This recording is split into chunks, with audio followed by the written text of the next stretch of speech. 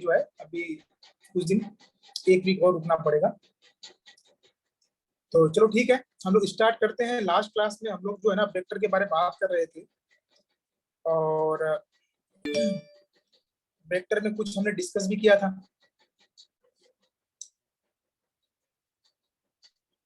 ये मेरे ख्याल से जो ये हमने जब वहां था, बहुत दिन हो गए, ये तो मेरे ख्याल से बहुत दिन पहले का क्लास है। में डेट हम जब वहां पे थे, मतलब अराउंड ये 20 डेज पहले की बात है। तो हम लोग बात की थी वहां पे कि वेक्टर के बारे में। वेक्टर शायद सर स्टार्ट नहीं किए होंगे, नोमान सर, वो शायद बेसिक में थे। हाँ ठीक है। तो ये है कि वेक्टर क्या होता है, तो वेक्टर क्यों पढ़ते हैं, क्योंकि फिजिकल क्वांटिटी को पढ़ने के लिए वेक्टर पढ़ना पड़ता है। क्योंकि फिजिकल क्वांटिटी का ये क्या है, एक प्रॉपर्टी है या नेचर है फिजिकल क्वांटिटी का, एक खासियत है, उसके अंदर की एक बात है जो उससे रिलेटेड है फिजिकल क्वांटिटी से। तो इसलिए हमको वेक्टर पढ़ना पड़ता है। फिर हमने बात किया था कि वेक्टर जो हम लोग, वेक्टर और स्केलर में डिफरेंस क्या है। तो हम लोग ऐसे सब कोई जानता है कि स्केलर में मैग्नीट्यूड होता है and vector has magnitude as well as direction, ऐसे ही डिफाइन करते हैं, है ना। We all define in this way. तो कहने का मतलब ये है कि ये तो पुराना डेफिनेशन है, मैग्नीट्यूड और डायरेक्शन और मैग्नीट्यूड। लेकिन अब यहाँ पे मसला ये आता है, करंट की जब बात करेंगे तो करंट के पास डायरेक्शन भी होता है और मैग्नीट्यूड भी होता है, लेकिन करंट वेक्टर नहीं है। तो यहाँ पे हम फंस जाएंगे, क्योंकि करंट के पास डायरेक्शन भी है, मैग्नीट्यूड भी है, लेकिन करंट वेक्टर नहीं है। तो यहाँ पे फिर इशू हो जाएगा। तो इसके लिए हम लोग क्या करते हैं, हम लोग उसको थोड़ा सा डिफरेंट तरीके से डिफाइन करते हैं। यहाँ पे देखो, current has direction and magnitude both, but it is not a vector quantity, मैं बताया था। तो फर्क क्या आता है वेक्टर क्वांटिटी में और करंट में, या कहने का मतलब ये है, एक क्वांटिटी है जिसके पास डायरेक्शन मैग्नीट्यूड है बस, पर वो वेक्टर नहीं है, तो हम वेक्टर को एक अलग डिफिनेशन देना पड़ेगा, है ना, क्योंकि नहीं तो फिर तो करंट के साथ ये मर्ज हो जाएगा। तो हमने इसको एक डेफिनेशन दिया कि जो वेक्टर होता है वो वेक्टर एडिशन रूल को फॉलो करता है, ठीक है। और स्केलर जो होता है वो वेक्टर एडिशन रूल को फॉलो नहीं करता है। स्केलर सिंपल अलजेब्रिक मेथड को फॉलो करता है। हम लोग यहाँ पे लिख सकते थे, यहाँ पे लिखाए होंगे मेरे ख्याल से नीचे, हाँ, vector quantity follows vector addition rule, ठीक है। If any quantity has magnitude as well as direction, but if it does not follow vector addition rule, it is not a vector quantity. मतलब कोई क्वांटिटी के पास magnitude है, direction भी है, लेकिन अगर वो वेक्टर एडिशन रूल को फॉलो नहीं करता है तो वो क्या है, वेक्टर नहीं है, ठीक है। वेक्टर एडिशन रूल में हमने बताया था कि 3 + 4 1 भी हो सकता है, 2 भी हो सकता है, 7 भी हो सकता है, -1 भी हो सकता है, 3 भी हो सकता है, ठीक है, 4 भी हो सकता है, ठीक है। ये हमने बताया था, वेक्टर एडिशन रूल में ये सब पॉसिबिलिटी है। लेकिन अगर कोई स्केलर क्वांटिटी जैसे 2 + 3 है तो ये हमेशा 5 ही होगा, ठीक है। तो ये एक चीज था कि वेक्टर को और स्केलर को डिफरेंशिएट करते हैं। फिर हम लोग बात की थी डायरेक्शन के बारे में। तो वेक्टर को हम लोग कुछ स्पेसिफिक डायरेक्शन से डिनोट करते हैं। क्यों? क्योंकि जब डायरेक्शन की बात करेंगे तो हम अपने नोटबुक में, हमारा कुछ लिमिटेशन है, हमारा जो नोटबुक में डायरेक्शन ड्रॉ कर सकते हैं उसमें कुछ लिमिटेशन है।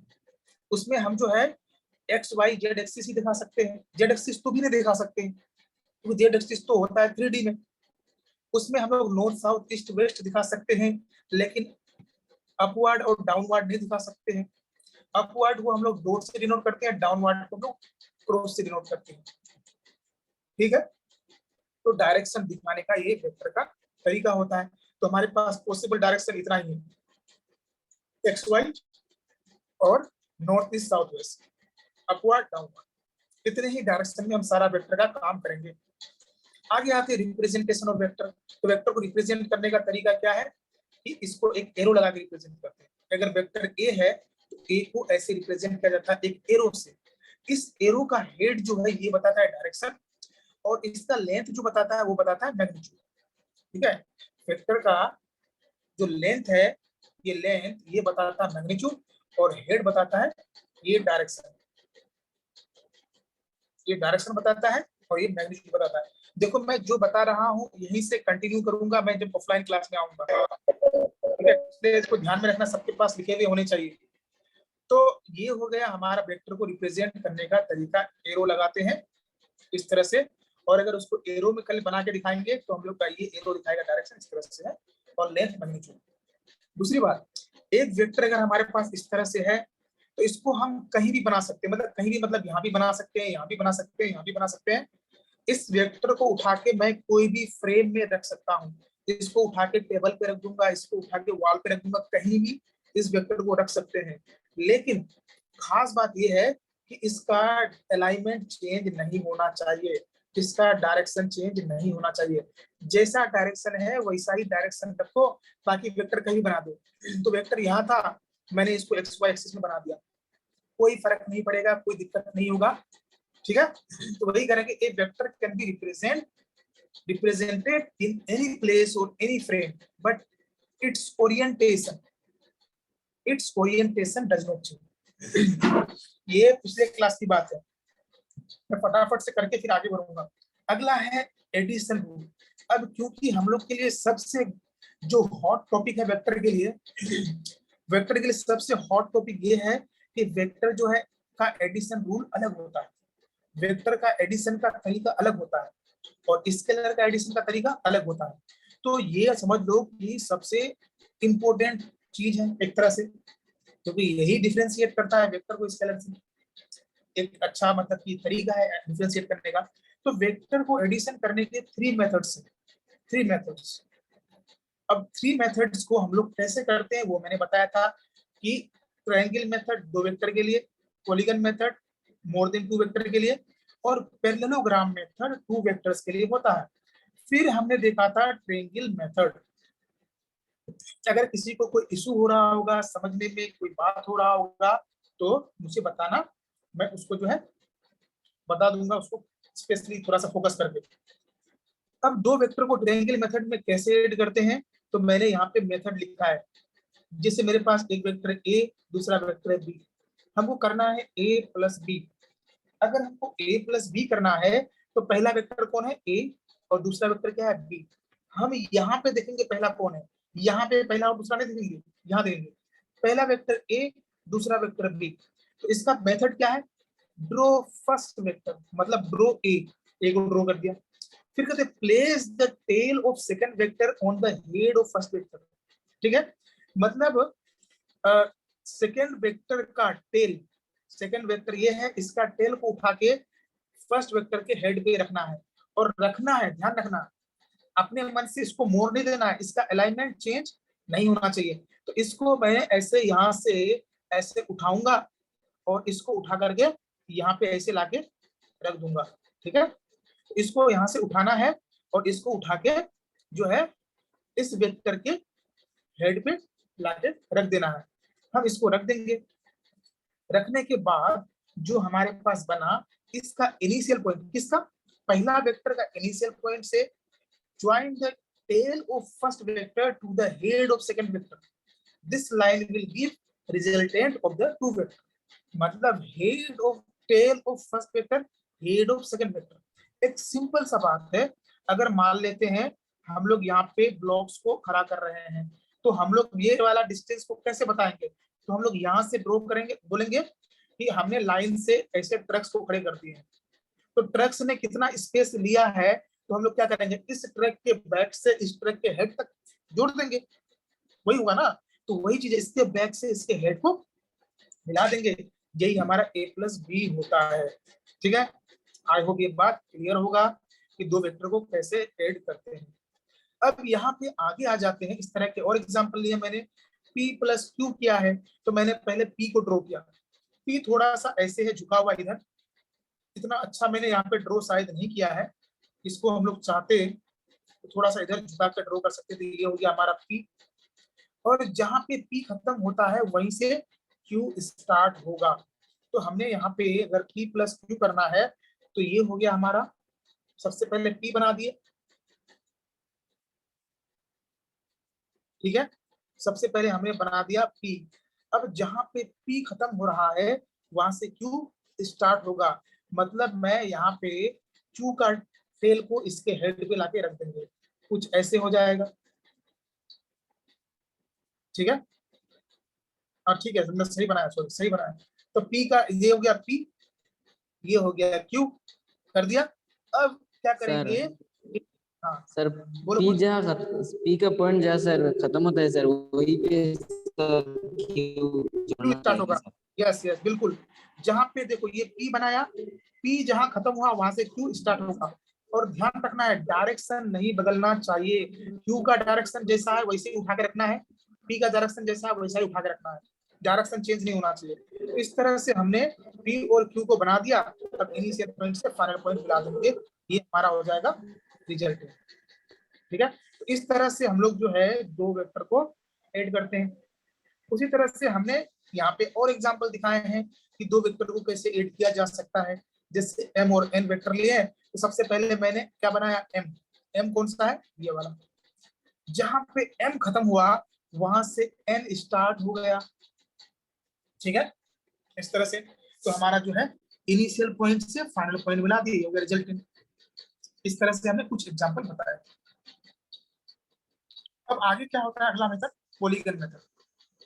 तो इस तरह का कोई भी सिचुएशन आएगा इजीली कर सकते। अगला था पॉलीगन मेथड। पॉलीगन मेथड में हम लोग क्या करते हैं कि दो से ज्यादा वेक्टर को ऐड करते हैं, मोर than two vectors.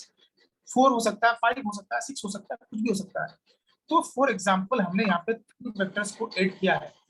Polygon method और ट्रायंगल मेथड का जो तरीका है वो सेम है। जैसे ट्रायंगल मेथड में क्या करते हैं, पहला वेक्टर बनाते हैं, फिर उसमें दूसरा वेक्टर बनाते हैं, फिर उसमें तीसरा वेक्टर बनाते हैं। वैसे ही यहाँ पे करेंगे, पहला वेक्टर बनाएंगे, ये हो गया ए। जहां पे ए खत्म होगा वहां से स्टार्ट होगा बी, क्योंकि बी सेकेंड है। और जहां से बी खत्म होगा वहां से स्टार्ट होगा सी। इस तरह से हम लोग ए बी सी बना दिए और इनिशियल से फाइनल पॉइंट को मिला देते हैं, वो हो जाता है रिजल्टेंट वेक्टर। इसी तरह से मैंने और भी एग्जांपल लिया था। इस तरह से हम लोग दो से ज्यादा वेक्टर को ऐड करते हैं। अब यहाँ से यहाँ तक अगर किसी को कोई confusion, any doubt, then you can ask. अब यहाँ से हम लोग आगे बढ़ने वाले हैं। ठीक है, किसी को कोई कंफ्यूजन नहीं, क्लियर अगर है तो हम अब आगे बढ़ेंगे। चलो ठीक है, अब हम लोग यहाँ पे बात करेंगे एडिशन के साथ ही साथ सबट्रैक्शन ऑफ वेक्टर।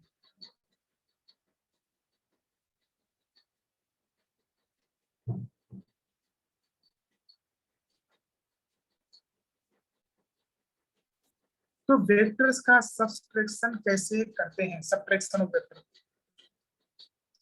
देखो, मैं ये बोलता हूं कि मेरे पास ना इस तरह से दिया हुआ है एक वेक्टर ए, और ये हम ले लेते हैं कि हमारे पास है दूसरा वेक्टर बी। हमसे कहा गया है कि ए माइनस बी करो, ऐसे कहा गया। ठीक है,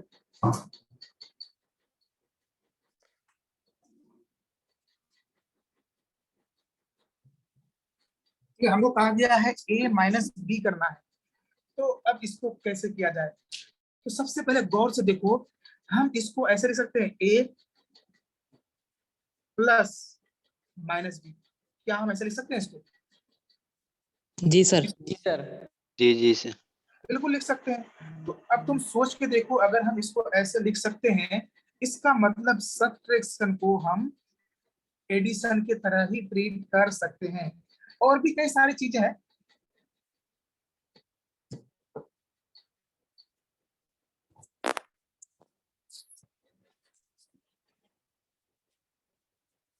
चलो ठीक है, तो देखो यहाँ पे हम लोग जो है ए प्लस ए माइनस बी को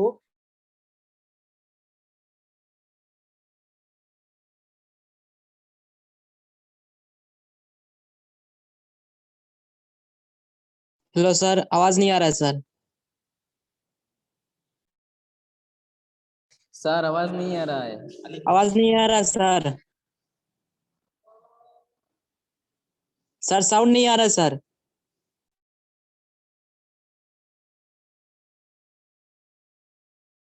हेलो सर, साउंड नहीं आ रहा है sir. Hello sir. Sir sound नहीं आ रहा है सर।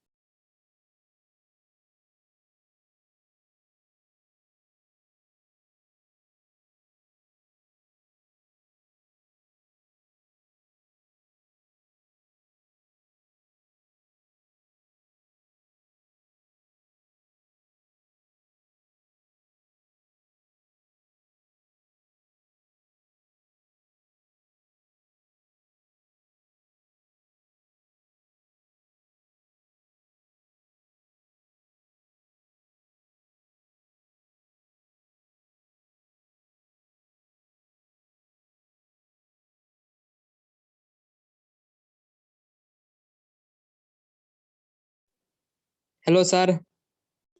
सर क्या हुआ सर, दिखाई नहीं दे रहा।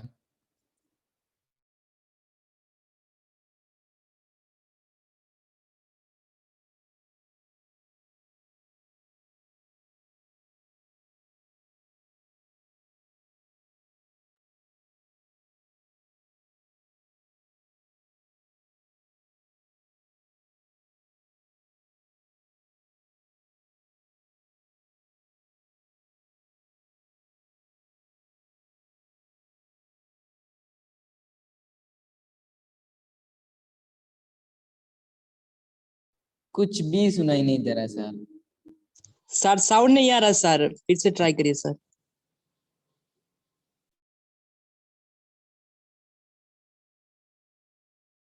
Hello sir.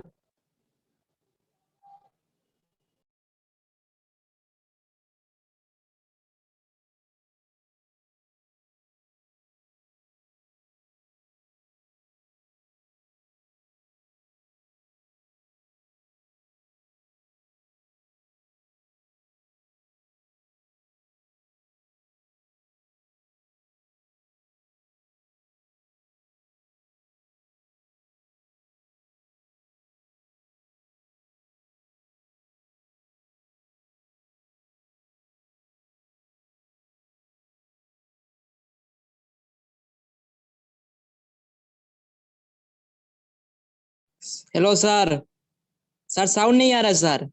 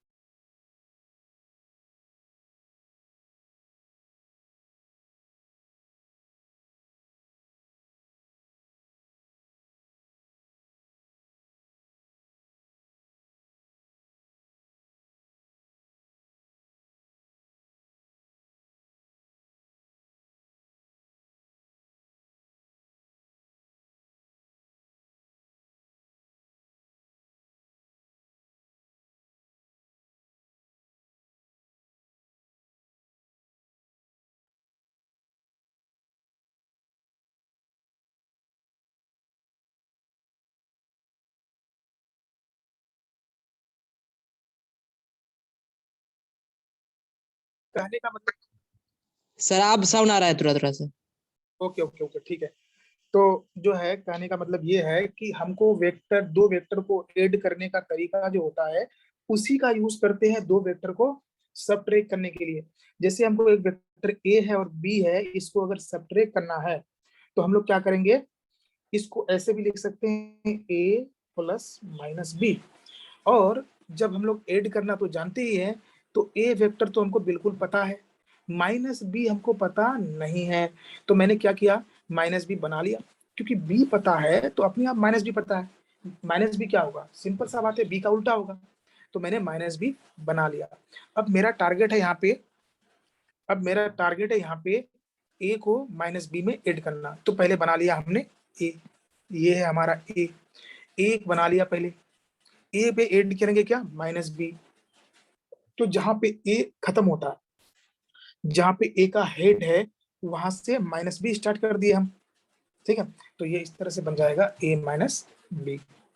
ठीक है, आई होप ये क्लियर होगा। और एग्जांपल देख लेते हैं हम दो वेक्टर को माइनस करने का।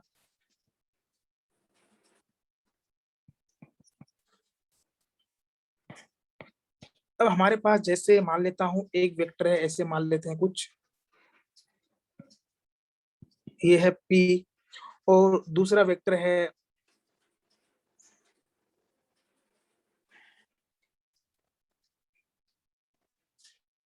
ये मान लेते हैं Q।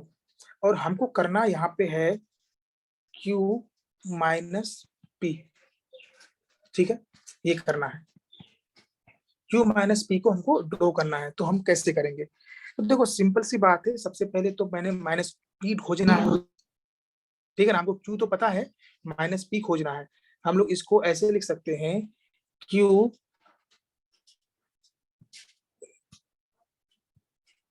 इसको लिख सकते हैं Q plus minus P।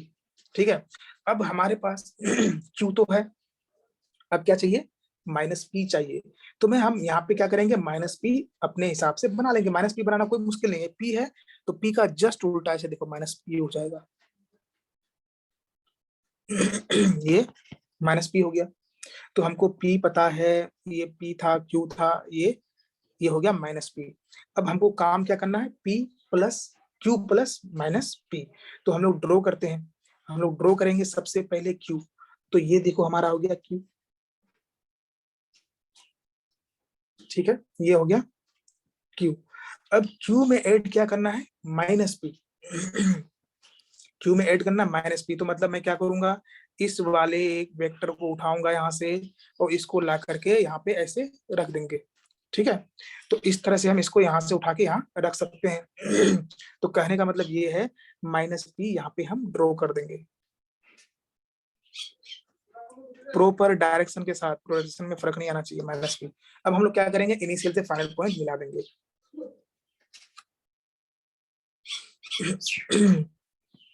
Initial से फाइनल पॉइंट ऐसे अगर हम मिला देते हैं तो ये हो जाएगा Q माइनस P। तो यहाँ पे कुछ बातें ध्यान रखना है कि पहला वेक्टर कौन सा है, ये है, तो इसको पहले बनाना है। दूसरा वेक्टर कौन सा है, ये है, तो इसको उसके बाद बनाना है। ये कुछ पॉइंट से ध्यान में रखना है। आई होप ये वाला बात समझ में आ गया होगा सबको। ठीक है, अगर किसी को कोई कंफ्यूजन, कोई डाउट है तो बता सकता है। अब एक बहुत छोटा सा और सिंपल सा मैं क्वेश्चन लेता हूँ। मेरे ख्याल से ये चीज सबको पता होगा कि एक्सीलरेशन जो होता है, एक्सीलरेशन इक्वल टू होता है v minus u by T, या इसको लिखते हैं हम लोग, सबको पता है ये बात, final velocity minus initial velocity by time होता है। और पता होना चाहिए वेलोसिटी एक वेक्टर क्वांटिटी है। अब हम लोग एक छोटा सा एग्जांपल लेते हैं कि हमारे पास ना दिया हुआ है कि लिख देते हैं हम, एक कार इस, ऐसे मैं बना के दिखा देता हूँ कि एक कार जो है ना ऐसे जा रहा था 5 मीटर पर सेकेंड से, और थोड़ी देर बाद, ये कुछ टाइम बाद, ये इसका डायरेक्शन ऐसे होगा वेलोसिटी का 5 मीटर पर सेकेंड। ये तो एग्जाम्पल नहीं है, ये मैं ऐसे लग देता हूँ ध्यान रखने के लिए, ये एग्जाम्पल है। ये हो जाता है 5 मीटर पर सेकेंड। थोड़ी देर बाद इस तरह से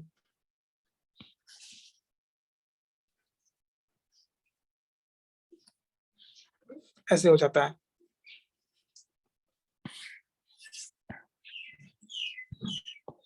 ये है 5 मीटर पर सेकेंड, ठीक है। Time taken to change the direction या change in velocity, change in velocity is 5 second. पहली बात तो ये बताओ, क्या यहाँ वेलोसिटी चेंज हुआ है? क्या यहाँ पे वेलोसिटी चेंज हुआ है? सर मैग्नीट्यूड चेंज नहीं हुआ, डायरेक्शन चेंज हुआ सर। हाँ, तो ऑब्वियस सी बात है, डायरेक्शन चेंज हो चाहे मैग्नीट्यूड चेंज हो, चेंज तो हुआ ना। वेलोसिटी चेंज होगा, yes sir. Yes sir, change का हुआ मतलब सर। वेलोसिटी चेंज हुआ है, और वेलोसिटी चेंज होता है इसका मतलब क्या होगा? एक्सीलरेशन। एक्सेलरेशन। हाँ, तो अब यहाँ पे हमको इसका एक्सीलरेशन का डायरेक्शन पता करना है। Find acceleration and also mention its direction. कोई बहुत मुश्किल चीज नहीं है, ये हमको कहा है एक्सीलरेशन बताओ और इसका डायरेक्शन। तो कैसे किया जाए इसको? सोचो, हम क्या बोलेंगे, ये हमारा है इनिशियल वेलोसिटी, ठीक है, और इसको हम लोग बोल सकते हैं फाइनल वेलोसिटी। क्या इसमें किसी को कोई डाउट कंफ्यूजन है तो बता सकते हो? तो हमने बोल दिया यहाँ पे ये हमारा इनिशियल वेलोसिटी है और फाइनल वेलोसिटी है। और हमको एक बात पता है कि एक्सीलरेशन जो होता है वो होता है acceleration equal to v minus u by t. तो खैर टी तो स्केलर क्वांटिटी है, इसको लेकर कोई इशू नहीं है। हमारा टारगेट क्या होगा? v माइनस यू पता करना है कि नहीं? तो हमको v माइनस यू पता करना है, तो कैसे पता करेंगे? तो सबसे पहले हमको चाहिए v, दो वेक्टर है ये, मुझे चाहिए क्या? मुझे चाहिए v माइनस यू। इसको हम लोग क्या लिख सकते हैं? v plus minus you. किसी को इसमें कोई कंफ्यूजन है तो बता सकते हो? सर तो वहाँ हम पर लिखा क्या है सर? समझ नहीं आ रहा सर। हेलो ये सर। क्या समझ नहीं आ रहा है ये वाला बात? नहीं sir, find acceleration and also also, mention, इसके बाद क्या also sir? Mention its direction. Mention, ये फिर से मैं ठीक है, मैं दोबारा से लिख देता हूँ।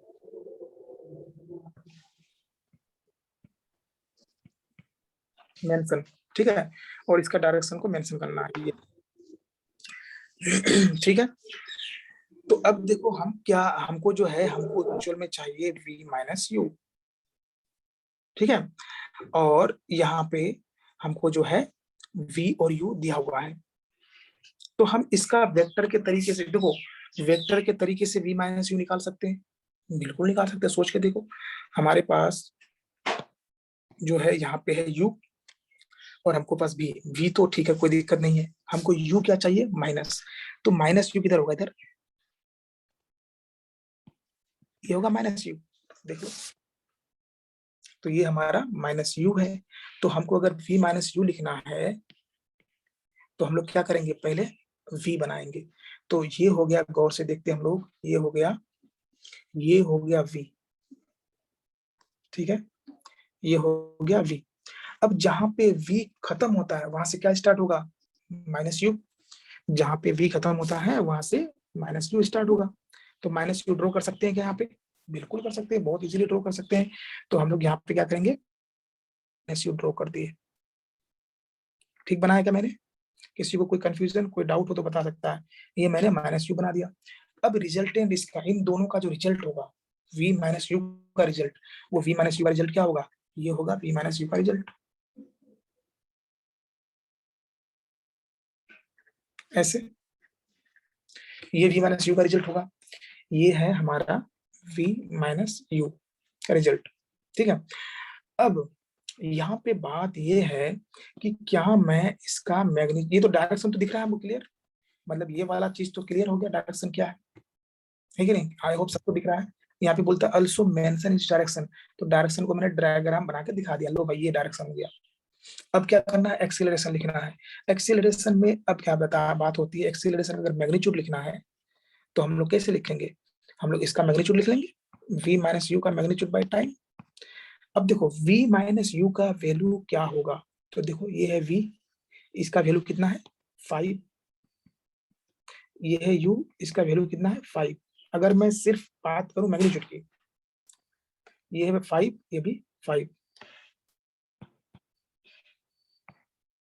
ये है 5, तो ये वाला लेंथ कितना होगा? अगर मैं लिख ही देता हूं, इन दोनों का मैग्नीट्यूड है तो इसका मैग्नीट्यूड क्या होगा बताओ? v माइनस यू का मैग्नीट्यूड। बहुत आसान है, फटाफट बताओ। बता सकते हो इसको देखकर? ट्रायंगल है, ट्रायंगल में इस तरह से पता है तो हाइपोटेन्यूज नहीं निकलेगा।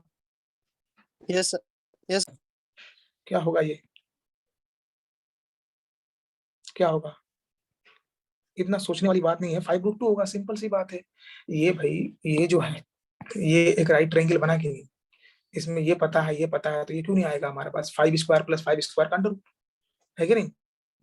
ये जो है मैं पूरा ही लिख देता हूँ, ये हम लोग लिख सकते हैं 5² + 5² का अंडर रूट। तो ये हो गया हमारा v माइनस यू का जो मैग्नीट्यूड हो गया, ये हो गया 5√2। तो एक्सीलरेशन क्या हो जाएगा? 5√2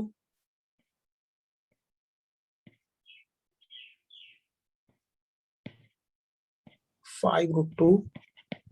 सर टी कहा गया सर। ये तो t तो नीचे कर दिया ना, t नीचे। Yes, देखो sir. एक्सीलरेशन 5√2/5, तो √2 मीटर पर सेकंड स्क्वायर। क्या ठीक है ये बात? सर ठीक है सर, ठीक है, वैल्यू 5 कैसे है सर आया? t दिया है ना, इन 5 सेकंड यहाँ लिखा है ना, टाइम टेकन टू चेंज जी इन सर, जी सर। जी सर जी सर। ठीक है। तो कहने का मतलब ये है, इस तरह का सिचुएशन आ सकता है। तो हमको, अब तुम सोचो, अगर हम ऐसे सिंपल बोलते कि हम जैसे एग्जांपल देते हैं, अब देखो कैसे गलती करते हैं बच्चे। मैं एग्जांपल दिखाता हूँ लिख करके। ए कार, या ठीक है, a car is moving in north direction with speed 10 metre per second, या ऐसे लेता हूं मैं 8 metre per second, and after मैं ले लेता हूं यहाँ पे 2 second, speed become 8 metre per second in west direction. Find acceleration. ठीक है।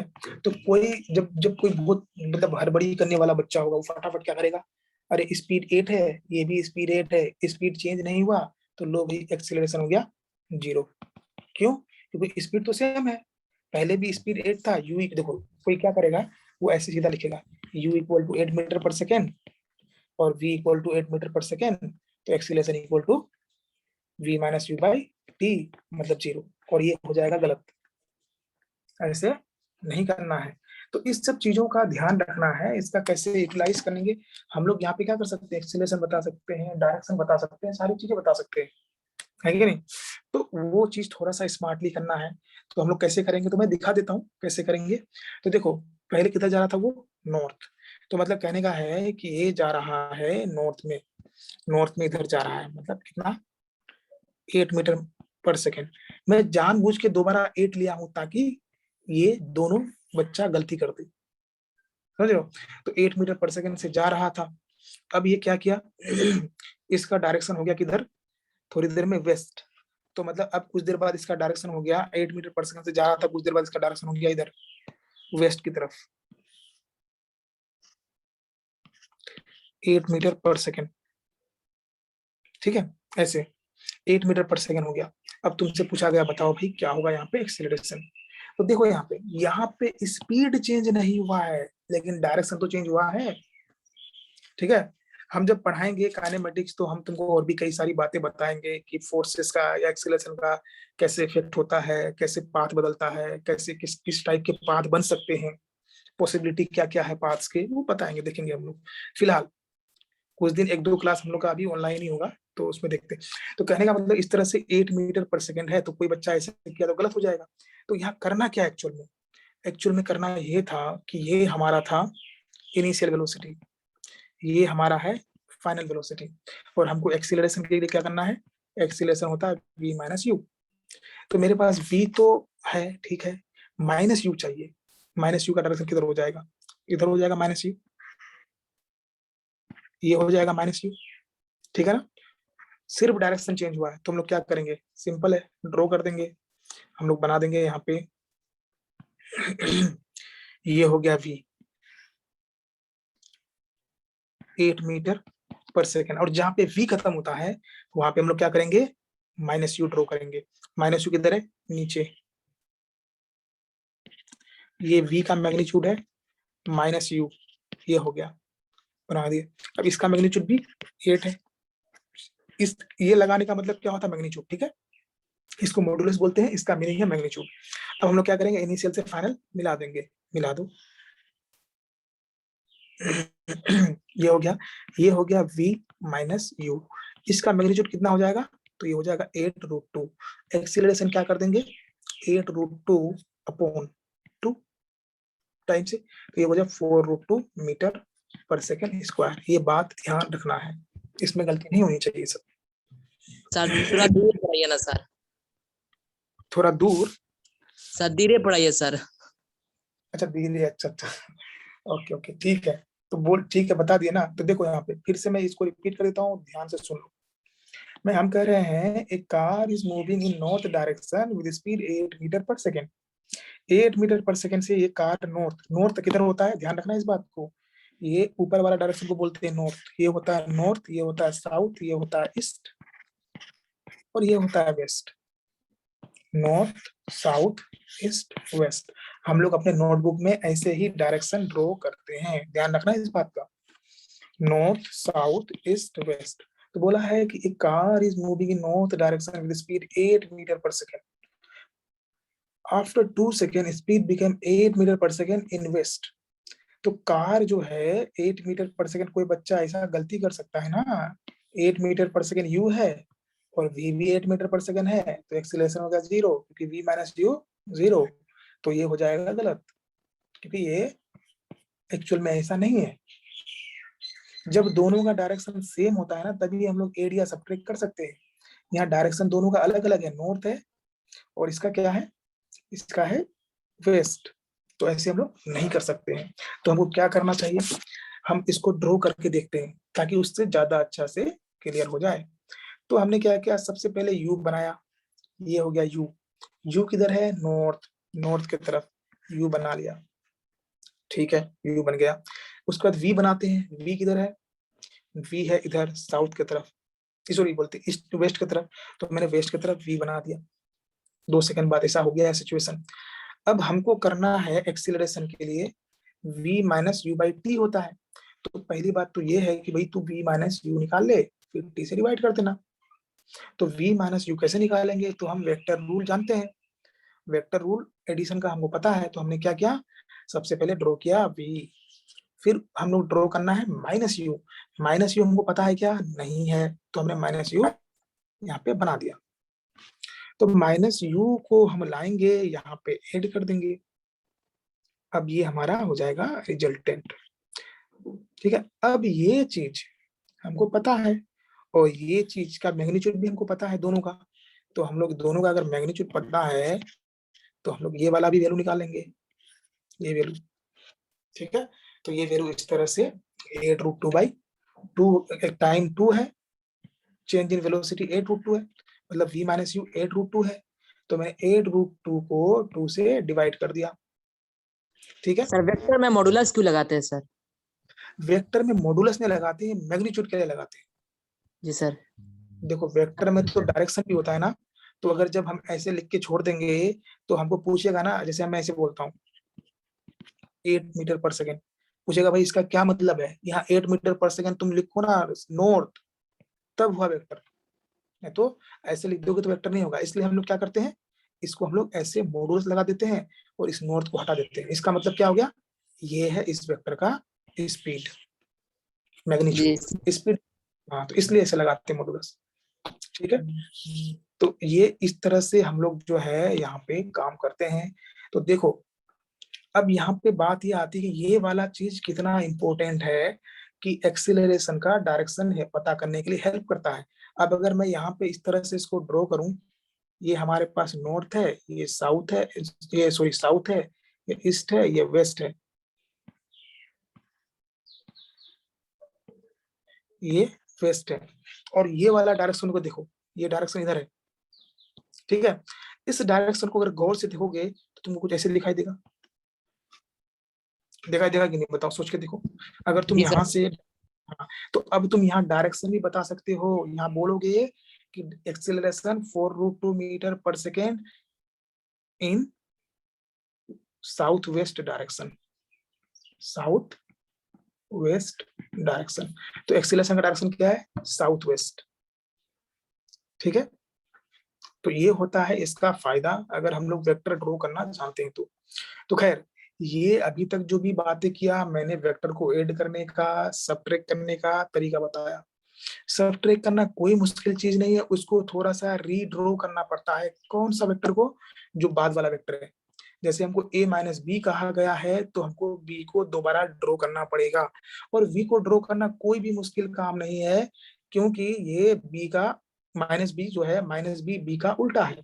तो हम लोग यहाँ पे इसको बनाते हैं a प्लस माइनस बी, और माइनस बी हम ड्रॉ बिल्कुल कर सकते हैं बहुत ही इजीली, क्योंकि जो b पता है उसका जस्ट उल्टा होगा, और फिर माइनस बी को हम लोग ऐड करेंगे। हम लोग यहाँ सब्ट्रैक्शन, तो कहने का मतलब ये होता है कि वेक्टर में सब्ट्रैक्शन का कोई स्पेशल मेथड नहीं होता है, जो एडिशन का मेथड है वही सब्ट्रैक्शन का मेथड के में काम आता है, ठीक है। तो आई होप ये ट्रायंगल मेथड का यूज देख लिए, काफी यूजफुल है डायरेक्शन पता करने के लिए, स्पेशली काफी यूजफुल है, और कहीं कहीं एक्सीलरेशन। तो अब तुम लोग आगे जब क्या बोलते हैं मोशन चैप्टर पढ़ोगे, तो वहां पे जब एक्सीलरेशन पूछा जाएगा तो वहां पे ध्यान रखेंगे क्या डायरेक्शन चेंज हो गया है। अगर डायरेक्शन चेंज हुआ है तो तुमको क्या करना पड़ेगा? वेक्टर बना के सॉल्व करना है। हम कराएंगे, बहुत सारे क्वेश्चंस कराएंगे, एक बार नहीं 3 बार डायरेक्शन चेंज कराएंगे, है ना। जब हमारा इसका इसका ऑफलाइन क्लास होगा तो हम अलग अलग तरह के, हम 3 डायरेक्शन चेंज कराएंगे एक साथ में। यहाँ तो 2 ही डायरेक्शन चेंज हुआ ना, 3 डायरेक्शन चेंज कराएंगे। फिर हम सारी चीजें करेंगे, vector velocity, acceleration, displacement, distance, सारी चीजें, ठीक है। चलो हम लोग आगे बढ़ते हैं, और मेरे ख्याल से वेक्टर एडिशन सब्ट्रैक्शन क्लियर होगा। अब यहाँ पे वेक्टर एडिशन का एक और मेथड था जो हम लोग अभी डिस्कस नहीं किए थे, उसको देखते हैं।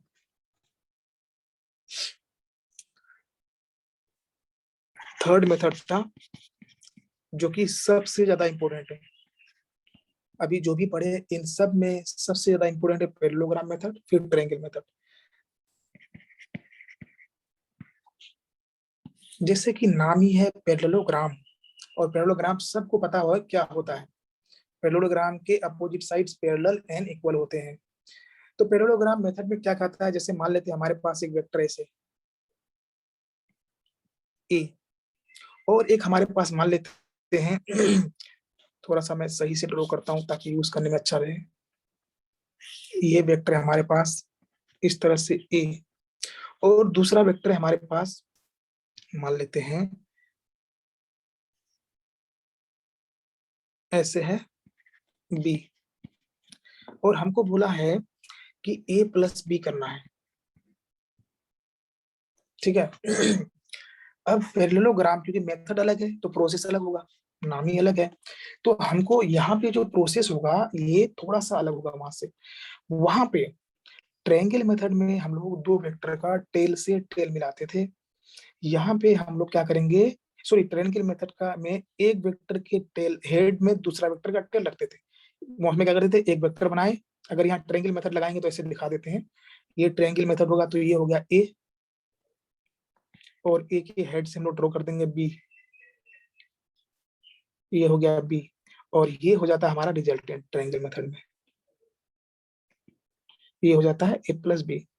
लेकिन पैरेललोग्राम मेथड में क्या होगा, हम लोग यहाँ पे टेल से टेल मिलाते हैं, कहने का मतलब है join the tails of 2 vector. तो पहला काम क्या करना है, 2 वेक्टर का टेल को मिलाना है, लेकिन ध्यान रखना direction should not be changed, direction change नहीं होना चाहिए, ठीक है।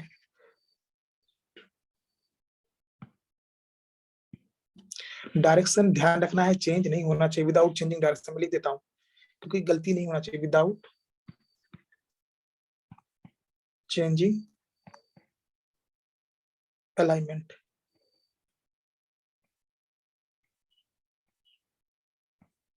अलाइनमेंट या डायरेक्शन को चेंज किए बगैर। तो हम लोग यहाँ पे साइड बाई साइड करते जाते हैं। तो हमने बना लिया वेक्टर, ये हो गया ए, ये हो गया बी, टेल से टेल मिला दिया, डायरेक्शन चेंज नहीं होना चाहिए। तो ये हो गया बी, ये बना लिया हमने। थोड़ा सा ये ज्यादा लंबा है, ध्यान रखेंगे।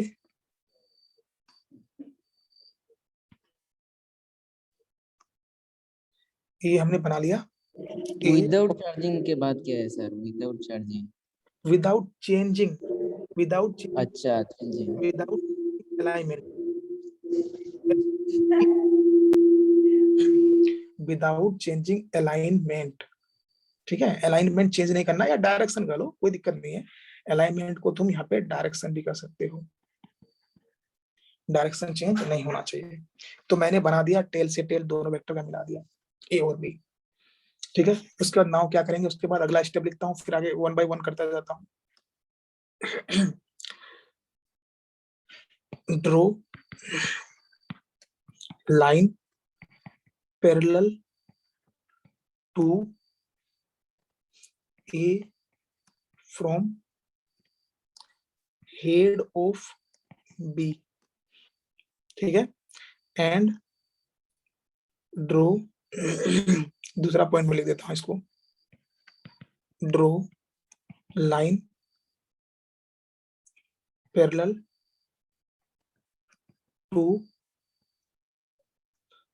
To B from head of A.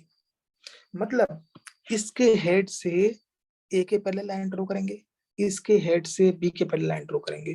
मतलब कहने का ये है, हमको इतना तो कर लेना है, उसके बाद इसके हेड से इसके पैरेलल लाइन ड्रॉ करते हैं। ठीक है, और इसके हेड से यहां से बी के पैरेलल लाइन ड्रॉ करना है। देख लो प्रॉपर, हमने लाइन ड्रॉ कर लिया। ठीक है, लाइन ड्रॉ कर लिया, ये हमारा बन गया पैरेललोग्राम। अब इस पैरेललोग्राम में जो ये वाला पॉइंट से डायगोनल होगा, ये वाला, ये देखो मैंने एरो भी बनाया है, ये डायगोनल बताता है ए प्लस बी। ठीक है, तो देखो स्टेप ड्रॉ कर लिया।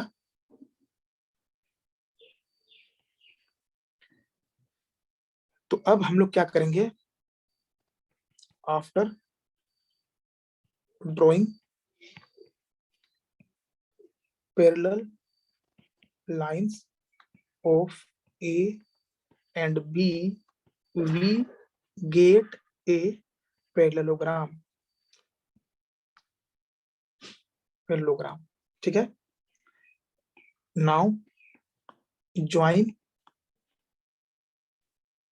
the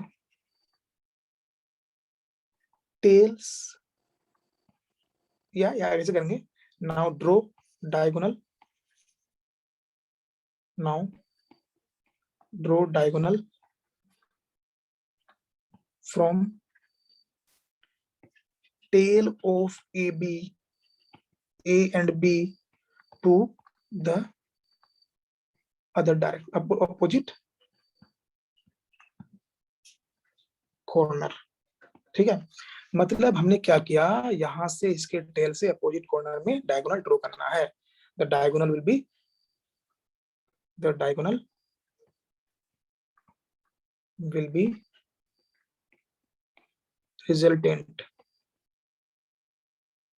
resultant of A and B.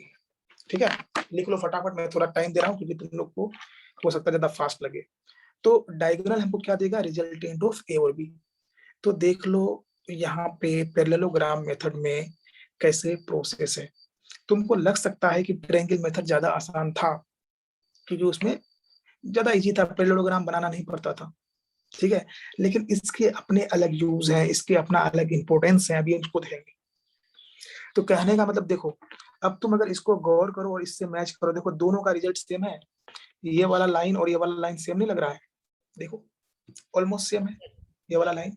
इसका मतलब ट्रायंगल मेथड लगाओ चाहे पैरेललोग्राम मेथड लगाओ, रिजल्टेंट एक ही आएगा। देखो यही रिजल्टेंट है, डायरेक्शन भी देख लो ऐसे है। चलो इसको पहले नोट डाउन करो जो मैंने लिखाया है पॉइंट्स, फिर उसके बाद हम जो है आगे बढ़ते हैं।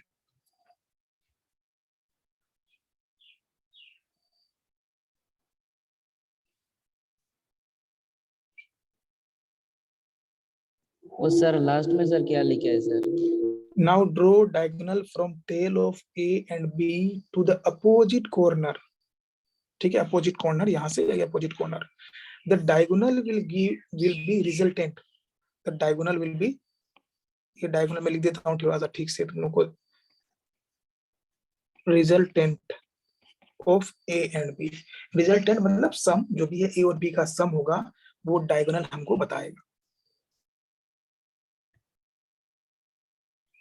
ठीक है, आई होप सबको लिख लिया और समझ में आ रहा चाहिए कि हम लोग पैरेललोग्राम मेथड क्यों कैसे करते हैं। तो ये आसान है, दो वेक्टर दिया है, ये parallelogram method only two vectors के लिए ही वैलिड है। अब अगर हमको टू वेक्टर्स दिया हुआ है, ठीक है, तो दोनों का टेल से टेल मिला देंगे, कोई मुश्किल काम थोड़ी है। टेल से टेल मिला दिया दोनों का, उसके बाद उसके बीच उसके जो है डायगोनल ऐसे ड्रॉ कर देंगे। ये डायगोनल हमने ऐसे बना दिया और ये डायगोनल हमारा रिजल्टेंट है। अब यहाँ पे एक बात है, जब भी हमको दो वेक्टर देगा ना तो उसके बीच का एंगल हमको दिया होगा, और नहीं दिया होगा तो कुछ और हिंट देगा जिससे कि हम लोग बीच का एंगल पता कर सकते हैं, मतलब ये वाला एंगल हमको दिया होगा। तो हम लोग देखते हैं यहाँ पे थोड़ा सा एक छोटा सा चीज, जैसे हमारे पास एक वेक्टर है ऐसे,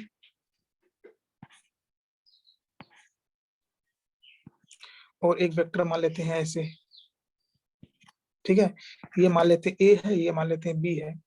तो अगर बोला जाए कि इन दोनों वेक्टर को अगर पैरेललोग्राम मेथड बना लगाना है तो हम ये वेक्टर बनाएंगे ऐसे, और दूसरा वेक्टर का ये हो गया ए, और दूसरा वेक्टर हो गया ये हो गया बी। ठीक है, इसके बीच में कुछ तो एंगल होगा ना, ये एंगल होगा, इसका रिजल्ट में कुछ तो डायरेक्शन होगा, ये ऐसे ऐसे कुछ होगा इसका रिजल्ट का डायरेक्शन। क्या इज देयर एनी प्रॉब्लम, क्या कोई दिक्कत है क्या? No sir. हाँ, तो ये हमारा रिजल्ट होता है इस तरह से। इसको हालांकि हम पैरेललोग्राम बना के दिखा सकते हैं, कोई दिक्कत नहीं है, ऐसे हम लोग करेंगे, थोड़ा सा एरर छोटा होगा। तो खैर मैं एक आइडिया दिखा रहा हूँ, इसका रिजल्टेंट इन दोनों के बीच से ही होगा। मैं एक आइडिया समझने के लिए बता रहा हूँ, अगर दो वेक्टर इस तरह से है तो इसका रिजल्टेंट हमेशा इसके बीच से होगा, पैरेललोग्राम में रिजल्टेंट हमेशा बीच से होगा। और ध्यान रखना है इसके बीच का एंगल हमको दिया हुआ होगा। ठीक है, कहने का मतलब। तो और भी इस तरह से बहुत सारी पॉसिबिलिटी हैं। तो जब भी दो वेक्टर को हम इस तरह से बनाएंगे तो हमको उसके बीच का कुछ ना कुछ एंगल तो मिलेगा, है ना, कुछ ना कुछ एंगल मिलेगा। या इसके ए प्लस बी क्या होगा सर? इसके ए प्लस बी? हाँ, तो वही तो बता रहा हूँ, इसका ए प्लस बी करेंगे तो ये वाला लाइन होगा ए प्लस बी, कुछ ये ए प्लस बी यहाँ पे हमेशा बीच में से निकलेगा। देखो यहाँ पे ए प्लस बी जो है ए और बी के बीच से निकलेगा, देख लो यहाँ पे ए प्लस बी, ए प्लस बी ए और बी के बीच से निकला है कि नहीं? तो वही चीज है यहाँ पे ए प्लस बी ए और बी के बीच से निकलेगा। और तुम अगर पैरेललोग्राम बनाओगे, देखो ड्रॉ करके इसको, अगर पैरेललोग्राम तुम बनाते हो तो इसका पैरेललोग्राम एक लाइन खींचोगे इसके पैरेलल ऐसे, और एक लाइन इसके पैरेलल ऐसे, यही तो होगा रिजल्टेंट। थोड़ा सा मैं बड़ा बना दिया लेकिन होगा ये ना, देख लो जी सर। इसको अगर मैं, तो वही कहने का मतलब है पैरेललोग्राम मेथड में जो रिजल्टेंट होगा वो दोनों वेक्टर के बीच से निकलेगा, दोनों वेक्टर के बीच में कुछ ना कुछ एंगल होगा, ये कहने का मतलब है, इसको समझना है। और हम छोटा सा एक एग्जांपल दिखा देते हैं ताकि जो है चीजें क्लियर रहे, फिर हम और चीज बताएंगे। यहाँ पे हमारे पास मान लेते हैं एक वेक्टर है ऐसे, ये है P, और दूसरा वेक्टर है ऐसे, ऐसे ले लेते हैं, ये है Q। अगर हमको करना है P प्लस Q, तो हम लोग क्या करेंगे, P और Q का टेल से टेल मिला देंगे। मिला दो सर टेल। हाँ सर ऊपर का जो है ना सर, उसको तो सर a प्लस बी और भी सर मतलब बड़ा कर सकते हैं ना सर, और लाइन को, और सर देखो ध्यान रखना, इस खींच सकते लाइन हैं का ना। कितना लेंथ था उसी हिसाब से बनाना, कोशिश करना कि लेंथ चेंज ना हो। ये जो लाइन का लेंथ है वो लेंथ के हिसाब से मतलब अच्छा रहता है। हालांकि इस तरह तुमको क्वेश्चन में नहीं करना पड़ेगा, वहां कुछ और पूछा जाएगा, अभी हम आगे बताएंगे। लेकिन मैं समझने के लिए बता रहा हूँ कि ध्यान रखना है, इसका जो लेंथ है उसी हिसाब से ये लेंथ लेना, इसका जो लेंथ है उसी हिसाब से ये लेंथ लेना। ये नहीं कि अपने मन से कितना भी लंबा ड्रॉ कर देंगे, ऐसा नहीं करना है कि अपने मर्जी से कितना भी लंबा ड्रॉ करोगे। कितना भी लंबा ड्रॉ करोगे तो फिर वहां पे मिस्टेक हो सकता है कि नहीं। तो यहाँ पे जैसे हमको P प्लस Q, तो हम लोग यहाँ पे टेल से टेल मिला देते हैं। ये हो गया P, ये हो गया P और ये हो गया Q, ये हो गया Q। इसका टेल से टेल मिला दिया। अब इसका जो भी रिजल्टेंट होगा इन दोनों के बीच से ही होगा। तो हम लोग अगर इसको रिजल्टेंट बनाना चाहते हैं तो हम लोग क्या करेंगे, एक मिनट, इसका अगर हम रिजल्टेंट बनाना चाहते हैं तो हम लोग क्या करेंगे, इसके पैरेलल एक लाइन ड्रॉ करेंगे।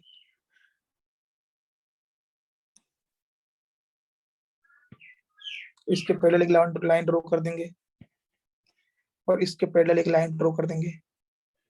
ये हमारा रिजल्टेंट होगा, देख रहे हो। तो ये होता है बनाने का तरीका। ये हो जाएगा P प्लस Q। इसको तुम ट्रायंगल मेथड से भी करोगे तो भी यही आंसर आएगा, यही डायरेक्शन, सब कुछ सेम आएगा। तो ये पैरेललोग्राम में, हाँ सर ये समझा नहीं सर, फिर से रिपीट करिए प्लीज। ओके ओके, हम कह रहे हैं हमको करना है P प्लस Q, तो दोनों वेक्टर का टेल से टेल मिला दो। ये हो गया P को मैंने बना दिया यहाँ पे, ये हो गया P, ठीक है, ये हो गया P, ये हो गया Q, दोनों का मैं टेल से टेल। देखो पैरेललोग्राम मेथड में दोनों वेक्टर का टेल से टेल मिला दो, मिला दिया टेल से टेल दोनों का। अब क्या करेंगे, इसका रिजल्टेंट जो भी होगा इसके बीच से ही होगा, हमको पता है। लेकिन इसको ड्रॉ करना चाहते हैं अगर एग्जैक्टली, तो हम लोग क्या करेंगे, हम इसके पैरेलल एक लाइन यहाँ से ड्रॉ करेंगे, इसके पैरेलल लाइन यहाँ से ड्रॉ करेंगे, और जहां पे ये मिलेगा वहां पे ये डायगोनल बना देंगे, और ये डायगोनल हमारा क्या होगा, P प्लस Q होगा। ठीक है, यस सर, समझ गया, थैंक यू सर। तो ये होता है पैरेललोग्राम मेथड। लेकिन ये सब तुमको करना नहीं पड़ेगा, तुमको तुम्हारा जो है एग्जाम में ये सब करने के लिए नहीं कहेगा। हाँ स्कूल के एग्जाम में कर सकता है, जो स्कूल का एग्जाम होता है वहां पे कहेगा, तो वहां पे आएगा। लेकिन नीट के एग्जाम में, जेई के एग्जाम में ये सब करने नहीं आता है। नीट और जेई के एग्जाम में जो पूछा जाता है, यहाँ पे जो करने के लिए करना पड़ेगा वो देखते हैं हम लोग। तो देखो हमको करना क्या है, और एक फॉर्मूला है उसको बहुत अच्छे से याद रखना है। वो फॉर्मूला हम ड्राइव करते हैं, और वो डेरिवेशन स्कूल में भी आएगा, इसलिए बहुत इंपॉर्टेंट डेरिवेशन है ये। देखो तो हम लोग क्या करेंगे यहाँ पे, एक मिनट, हमारे पास जैसे मान लेते हैं एक वेक्टर है ये और दूसरा वेक्टर है ये, इसे मान लेते हैं।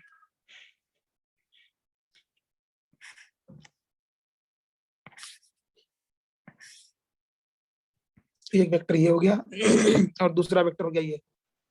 हमारे पास इस तरह से दो वेक्टर है, इसको कुछ भी मान लेता हूँ A, इसको मान लेते हैं B।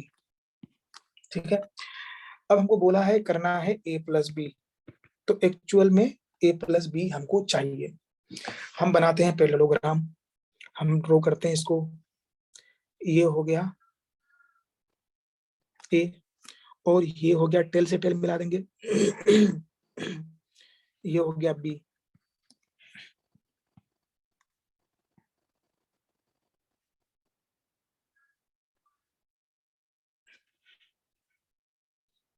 ये A और B ऐसे बना दिया है। अब हमको क्या करना है, हमको इसका पैरेललोग्राम बनाना है। तो पहले से पता है हमको पैरेललोग्राम बनाना है, तो इसके लिए हमको क्या करना पड़ेगा, एक लाइन ऐसे ड्रॉ करेंगे ये, और एक लाइन इधर से ड्रॉ कर देंगे।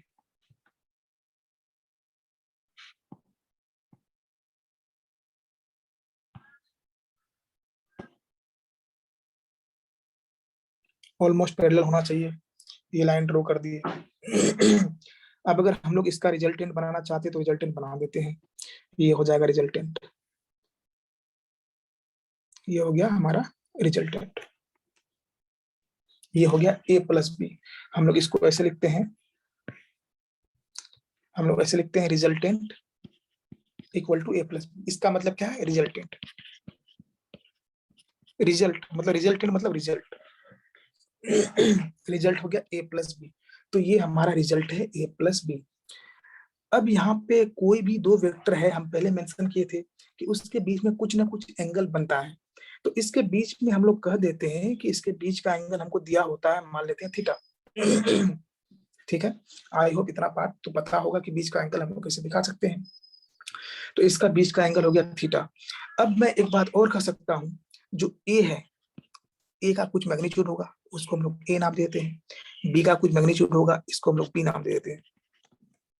ठीक है, अब अगर मैं कहूं यहाँ पे कि ये ए है और ये अगर ए है तो ये भी ए है, इसका भी लेंथ ए होगा, ये अगर बी है तो इसका भी लेंथ बी होगा। आई होप ये वाला बात कोई मुश्किल चीज तो नहीं है समझने के लिए, ये बी तो ये भी बी। यहाँ पे थोड़ा सा हम लोग एक काम करेंगे, इस लाइन को थोड़ा सा एक्सटेंड करेंगे ऐसे, और इस लाइन को भी थोड़ा सा ऐसे, यहाँ पे एक लाइन इसके परपेंडिकुलर ड्रॉ कर देंगे।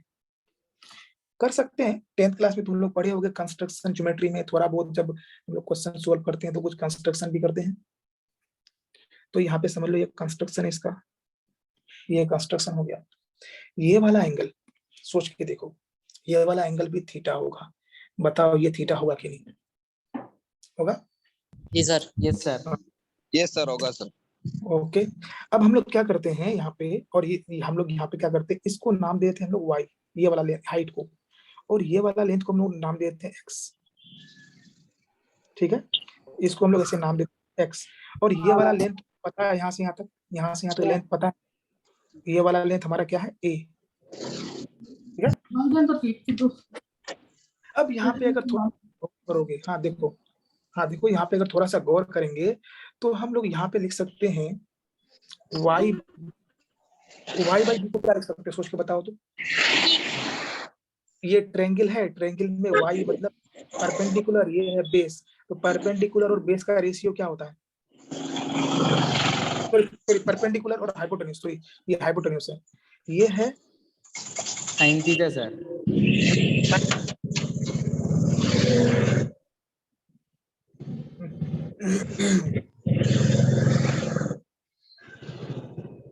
तो यहाँ पे हम लोग लिख सकते हैं,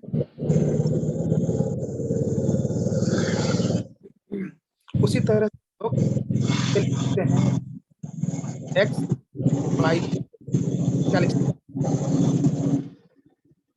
x बाई बी को क्या लिख सकते हैं? देखो ये हो गया बेस, ये हो गया बेस, बेस अपॉन हाइपोटेन्यूज क्या होता है? cos theta. पहले कोस थीटा, ये सब थोड़ा बहुत याद रहना चाहिए। तो ये हो गया कोस थीटा। तो देखो यहाँ पे अगर हम लोग गौर करते हैं तो हमको यहाँ मिलेगा y equal to B sine theta, यहाँ पे गौर करेंगे तो हमको x इक्वल टू मिलेगा b कोस थीटा। ठीक है, तो हम लोग इस अब अगर हम लोग इस ट्रायंगल को देखते हैं, हम नाम दे देते हैं इसको, हम लोग इसको नाम दे देते हैं P, ऐसे नाम देते हैं, ज्यादा अच्छा रहेगा, दिखेगा क्लियर।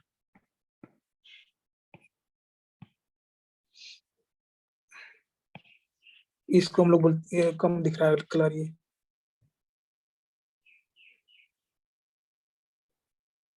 चलो यही कलर।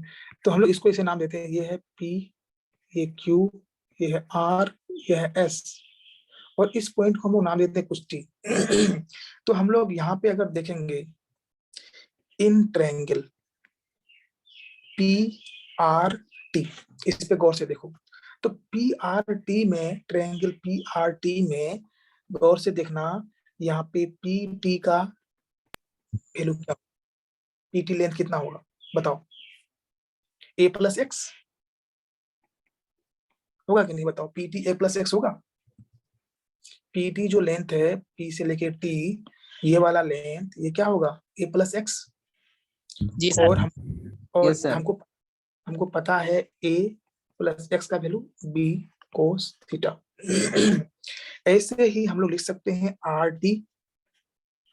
RT का वैल्यू क्या होगा? y, और y का वैल्यू क्या है? b sine theta. ठीक है, इसमें किसी को यहां तक कोई अगर कंफ्यूजन है तो बोलो। इससे अगला स्टेप हम करें उससे पहले कंफ्यूजन क्लियर होना चाहिए। तो मैं आर टी को बी साइन थीटा लिख सकता हूं, ठीक है। अब देखो, हाँ अब देखो हमारे पास एक ट्रेंगल है, उस ट्रेंगल में ये वाला ट्रेंगल गौर से देखो, इस ट्रेंगल में मैं इसको कॉपी करके नीचे बनाता हूं ताकि तो ज्यादा अच्छे से दिखा पाएंगे।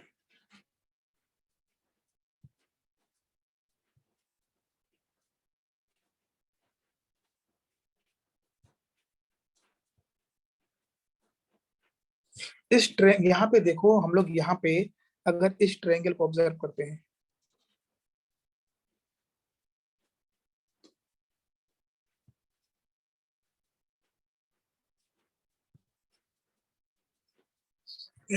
इस ट्रायंगल को देखो, तो क्या मैं इस ट्रायंगल में पी आर बता सकता हूँ?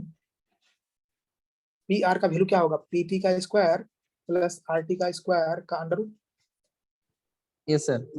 हाँ बिल्कुल बता सकते हैं। और हमारे पास क्या पी टी और आर टी है? Yes sir. Yes sir. यहाँ पे लिख सकते हैं P R equal to A plus B cos theta का square plus B sine theta का स्क्वायर। देखो हो सकता है तुम लोग को अभी ट्रिग्नोमेट्री इतना पता नहीं हो, लेकिन कुछ कुछ बेसिक बातें हैं जो मैं मेंशन करते जा रहा हूँ, उसको याद कर लो। और वैसे भी ट्रिग्नोमेट्री में ये सब चीज याद करना ही पड़ेगा, ठीक है। अगर बेसिक मैथमेटिक्स सर पढ़ा दिए तो अच्छी बात है, और नहीं पढ़ाया तो कोई बात नहीं, हम पढ़ाएंगे। तो देखो यहाँ पे पी आर को मैं लिख सकता हूँ ए प्लस बी कोस थीटा का होल स्क्वायर, और आर टी को लिख सकता हूँ बी साइन थीटा का होल स्क्वायर।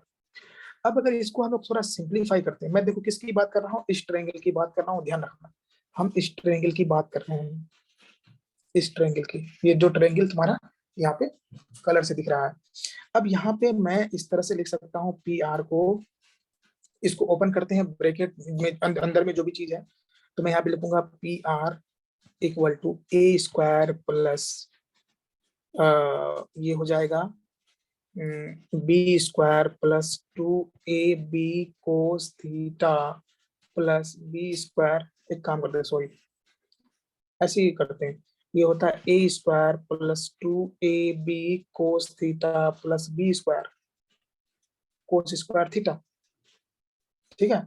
ऐसे लिखते हैं इसको। देखो जब कोस थीटा का स्क्वायर होता है ना, तो यहाँ पे तुम ऐसे डब्बा बना के लिखना ना, मैं कुछ चीजें हैं पॉइंट है लिखा देता हूँ। कोस थीटा का जब स्क्वायर होता है तो इसको लिखते हैं कोस स्क्वायर थीटा। ऐसे ही साइन थीटा का अगर स्क्वायर होता है तो इसमें लिखा था साइन स्क्वायर थीटा, ये लिखने का तरीका है, ठीक है। उसके बाद और एक बात ध्यान रखना, sign square theta plus cos square theta जो होता है, इसका वैल्यू होता है 1। तो ये तुम वहां पे लिख के रख लो साइड में, ठीक है, ताकि इसका तुमको याद रहे, ये लिखने का तरीका है सब। और वैसे बताया जाएगा ये सब, कोई दिक्कत नहीं है। बेसिक मैथमेटिक्स में एक हफ्ता तो बेसिक मैथमेटिक्स ही पढ़ाएंगे, मोस्ट प्रोबेबली बहुत डिटेल में डिस्कस करेंगे बेसिक मैथ्स। तो ये कहने का मतलब है, इसको हम लोग लिख सकते हैं आगे further B square sine square theta और इस पूरे का अंडर रूट। अब अगर यहाँ पे गौर करेंगे तो हम लोग क्या कर सकते हैं, ए स्क्वायर प्लस यहाँ पे 2ab cos theta plus B square common लेंगे, cos square theta plus sine square theta, ऐसे हम लिख देंगे। अब गौर से देखो, मैंने यहाँ पे लिखाया है cos square theta plus sine square theta का वैल्यू क्या होता है 1। इसका मतलब ये हो गया A square plus 2ab cos theta plus B square, ये हो गया। मतलब कहने का ये है पी आर का जो वैल्यू है ये होगा A square plus B square plus 2ab cos theta. और पी आर क्या है? पी आर हमारा क्या है? रिजल्टेंट है। तो मतलब पी आर जो है, ये पी आर जो है, ये पी आर क्या है? ए प्लस बी है। तो ए प्लस बी जो होता है ये होता है A square plus B square plus 2ab cos theta. तो अभी तक जो हम लोग वेक्टर में देखे थे वहां पे सिर्फ हम डायग्राम से बनाते थे, और यहाँ पे हम मैथमेटिकली रिजल्ट निकाल दिए। तो कहने का मतलब है यह है, अगर हमको दो वेक्टर दिया है और उसका बीच का एंगल दिया है तो उसका रिजल्टेंट होता है A square plus B square plus 2ab cos theta, ठीक है। इसको सब कोई फटाफट आराम से जो है लिखो, यहाँ से मैं दिखा रहा हूँ। ये डेरिवेशन स्कूल के एग्जाम में आने का बहुत चांस होता है, मतलब समझ लो कि बहुत ज्यादा चांसेस है, कोई ना कोई एग्जाम में पूछ ही लेगा, हाफ ईयरली में हो या फाइनल एग्जाम में हो या सेशनल एग्जाम में हो। ठीक है, इसलिए समझ लो कि ये बहुत इंपॉर्टेंट डेरिवेशन है। और फॉर्मूला तो याद रखना है, क्योंकि हम लोग नीट का एग्जाम देने वाले बच्चे हैं, जेई का एग्जाम देने वाले बच्चे हैं, तो उसको फॉर्मूला तो कंपलसरी याद रखना है, लेकिन ये डेरिवेशन भी आना चाहिए। चलो देखो, इसको फटाफट ड्रॉ करो।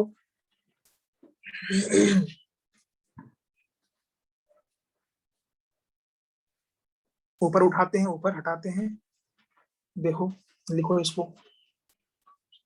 एकदम अच्छे से, बढ़िया से राइटिंग में इसको लिखना है, ताकि बाद में कोई कंफ्यूजन ना हो, एक एक चीज डिटेल में उतार लो, क्योंकि घर में जाके पढ़ोगे, फिर वहां पे तुमको अगर गलत लिख के ले जाओगे तो गलत चीज पढ़ोगे। अब आगे बढ़ाएं स्क्रीन को। यस सर, ये सर। जी चलो सर। अगला स्क्रीन ये देखो, देखो इसको, ये तुम लोग दोबारा ड्रॉ करना। हाँ, तुम लोग चाहो तो ये कलर करके मत दिखाना, चाहो तो दिखा सकते हो, कलर मतलब ऐसे कर देना, नहीं तो कोई जरूरी नहीं है। दोबारा से इसको बनाओ फिर से, फिर ये सब लिखो।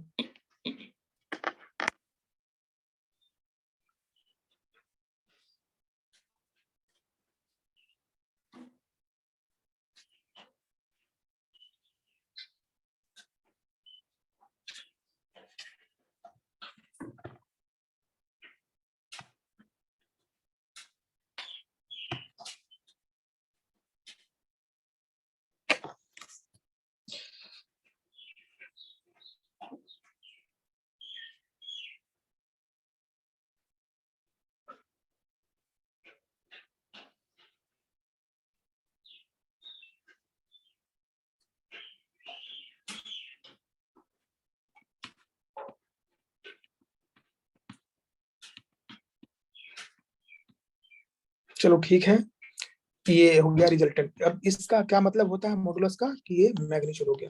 तो अभी तक हम लोग ड्राइंग करके बनाते थे, ट्रायंगल मेथड में हम मैग्नीट्यूड नहीं बता सकते थे। मैग्नीट्यूड बताने के लिए उसमें क्या था, अगर हमारे पास दोनों वेक्टर अगर परपेंडिकुलर होता था तो हम पाइथागोरस थ्योरम से मैग्नीट्यूड बता देते थे, लेकिन अदरवाइज हम उसका मैग्नीट्यूड बताना मुश्किल था ट्रायंगल मेथड में। यहाँ पे क्या है, सीधा मैग्नीट्यूड हम बता रहे हैं। ठीक है, तो पैरेललोग्राम में हम यहाँ पे मैग्नीट्यूड बता रहे हैं। ठीक है, अब इसी को मैं फिर से एक बार ड्रॉ करूंगा, तुम लोग फिर दोबारा से इसको, मैं तो कॉपी कर लूंगा, तुम लोग जो है इसको ड्रॉ करो दोबारा से नोटबुक में।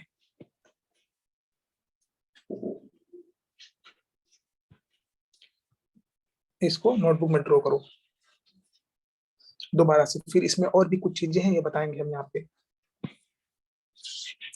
इसी डायग्राम को जैसे जैसे मैंने बनाया है एकदम आराम से अच्छे से फिर से ड्रॉ करो।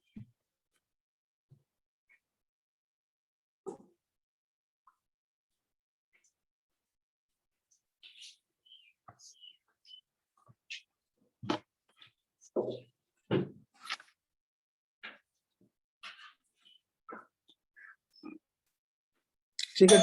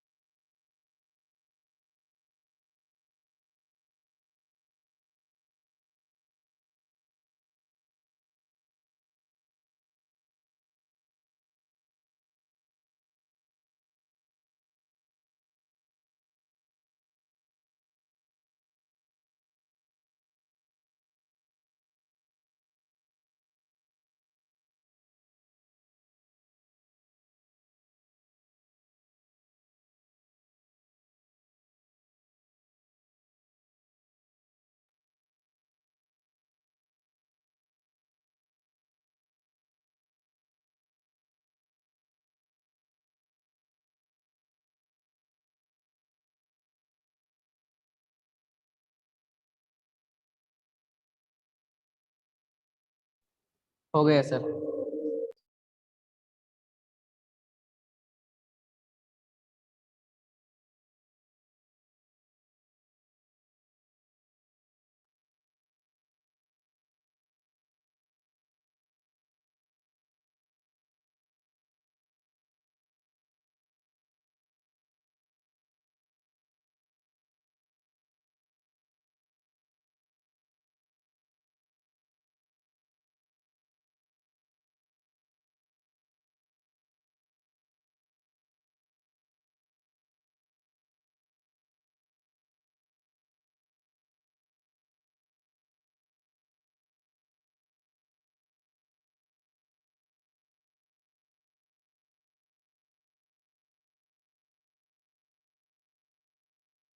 सर हो गए सर।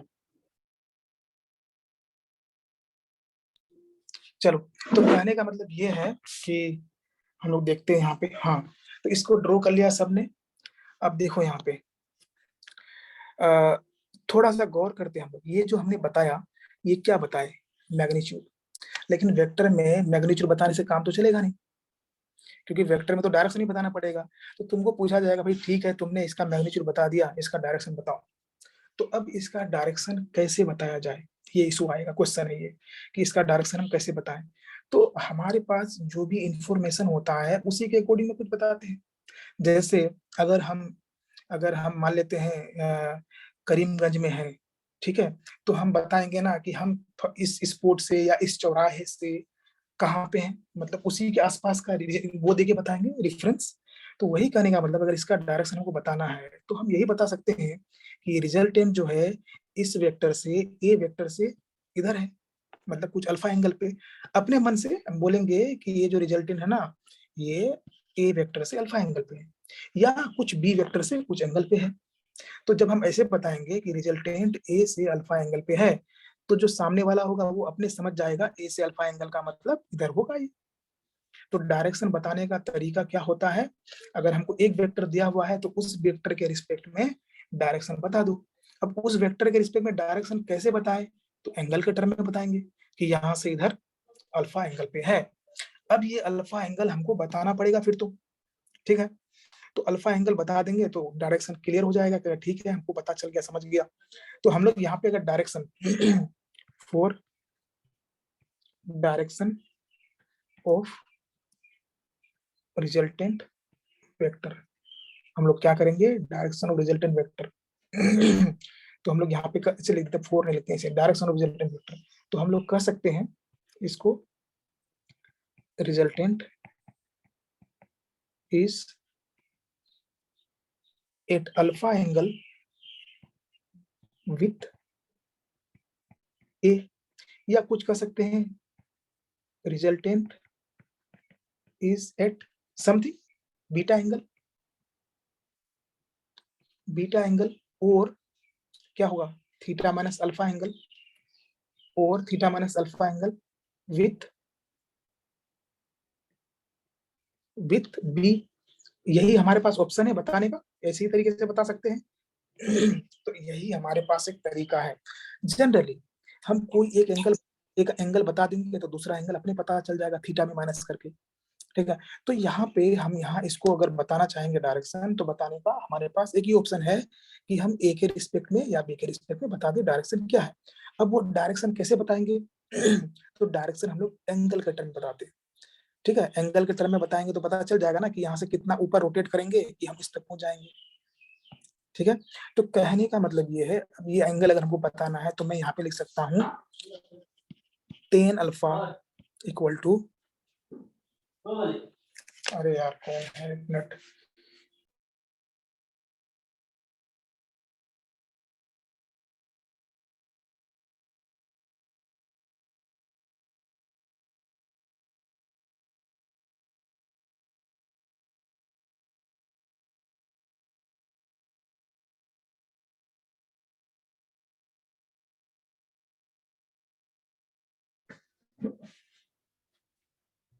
हाँ। तो कहने का मतलब ये है कि टेन अल्फा हम बोल सकते हैं, टेन टेन थीटा जानते हो ना, थीटा जैसे होता है, तो टेन थीटा होता है हाँ परपेंडिकुलर बाई बेस।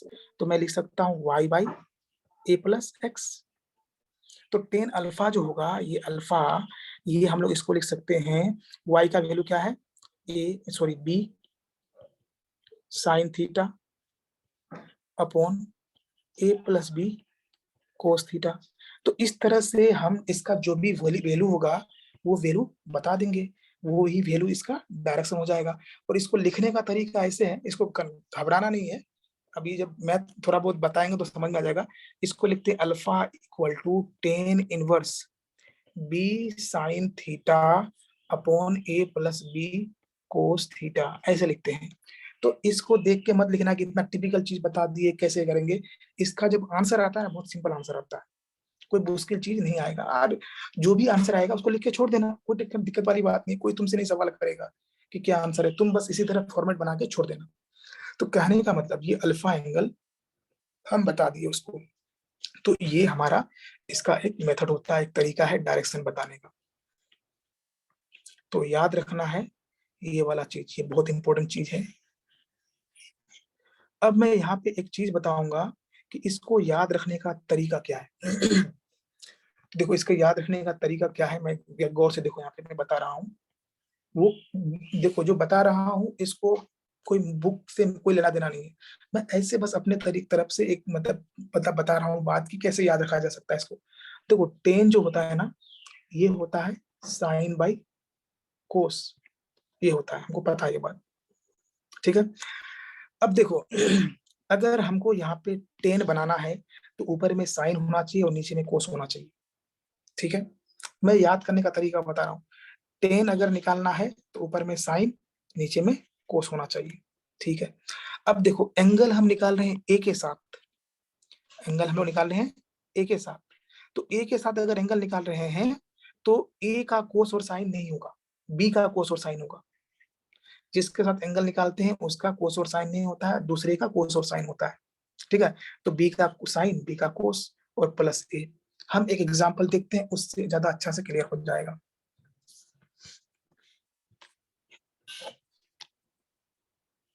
एक एग्जांपल ले लेते हैं हम लोग और इसी पे खत्म करेंगे।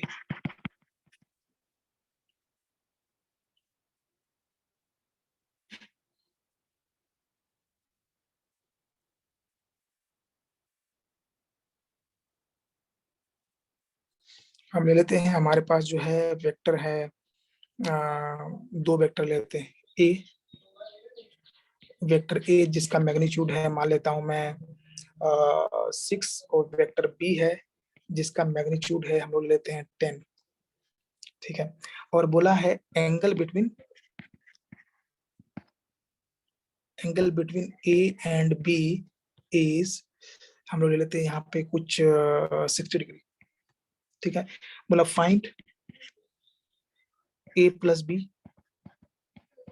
या और इसको ऐसे भी लिखा था रिजल्टेंट, रिजल्टेंट ऑफ। सर ऊपर का वो सर लिखा नहीं सर, नोट नहीं किया। अच्छा चलो लिखो, नोट करो, इसको नोट करो फिर बताते हैं। ये बात तो शायद लिख लेते, इसको नोट करो फिर बताते हैं। ये लास्ट क्वेश्चन करा के खत्म कर देंगे।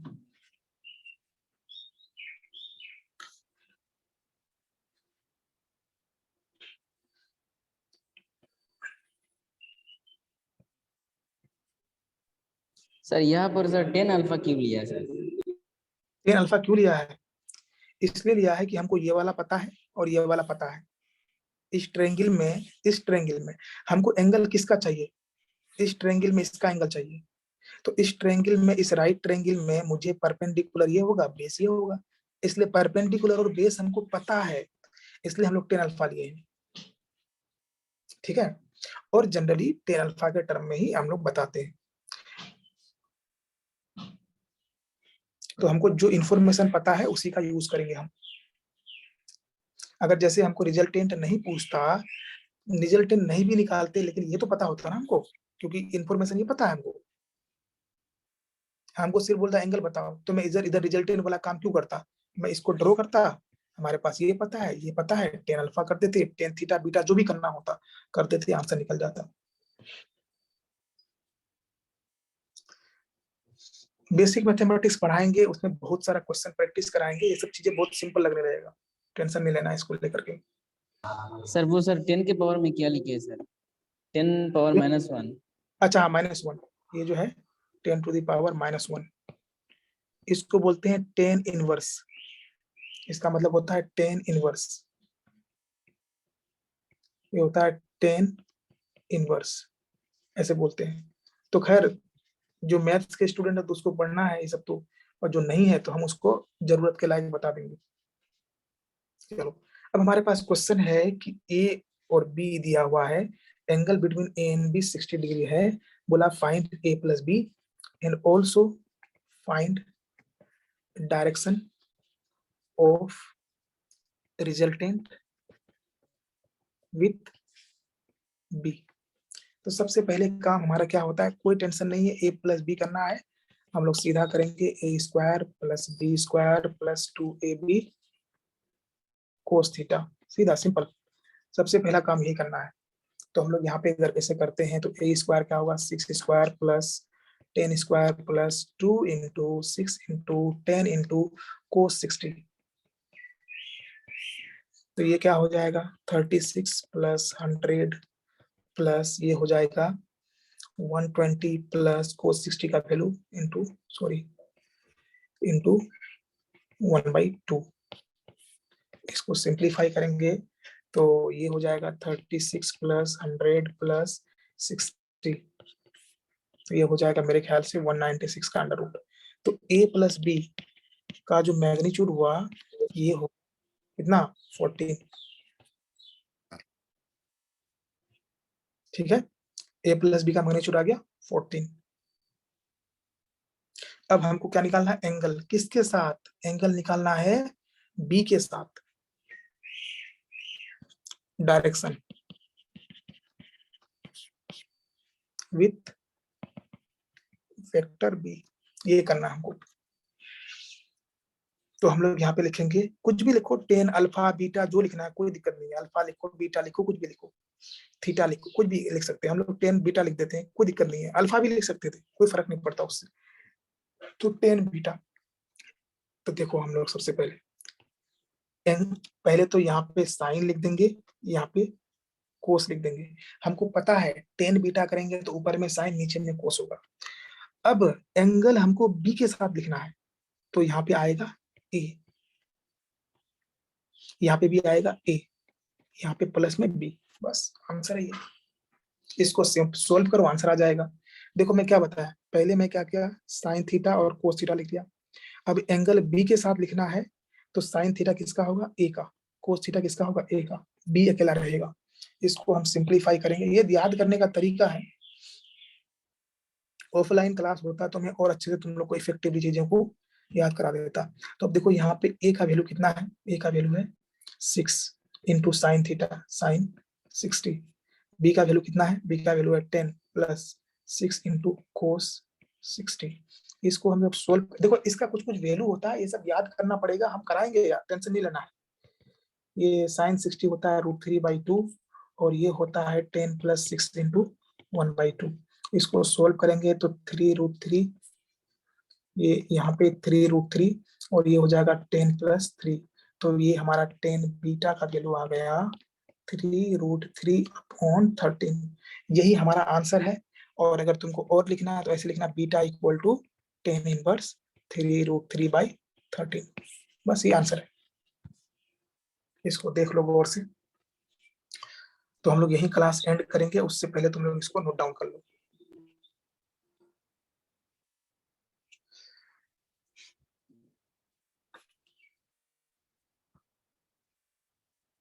ये एंगल वाला लिख लो, सबसे ज्यादा इंपॉर्टेंट है ये। और देखो मैं टेक्निक बता रहा थोड़ा हूँ ऊपर कैसे। करो सर, ऊपर में नहीं लिखा सर। ओके ठीक है, लिखो।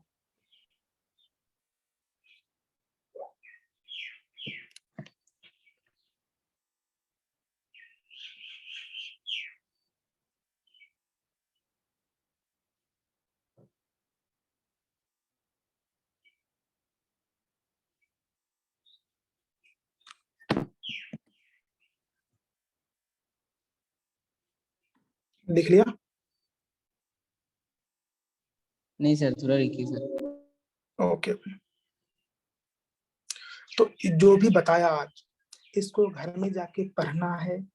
जो भी डेरिवेशन वगैरह है उसको खुद से कम से कम एक बार दो बार उसको लिखना है। ठीक है, उसको लिखना है, क्योंकि ये सब चीजें तुम लोग को सीखना खाली नहीं है, याद भी करना है। और जो फॉर्मूला है, दो फॉर्मूला, एक तो a प्लस बी का और एक एंगल वाला, ये फॉर्मूला समझो एकदम याद होना चाहिए, रटा हुआ। ऐसे याद हो कि नींद में भी उठा के कोई पूछ ले तो बता दो।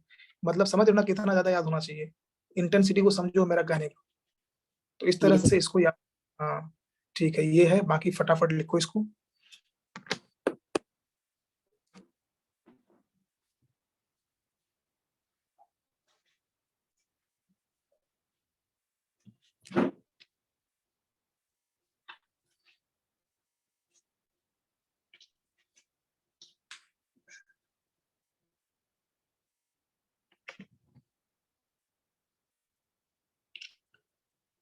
बाकी ऑफिस फिर कब होगा ठीक है। सर? ऑफिस कब ओके। आएगा?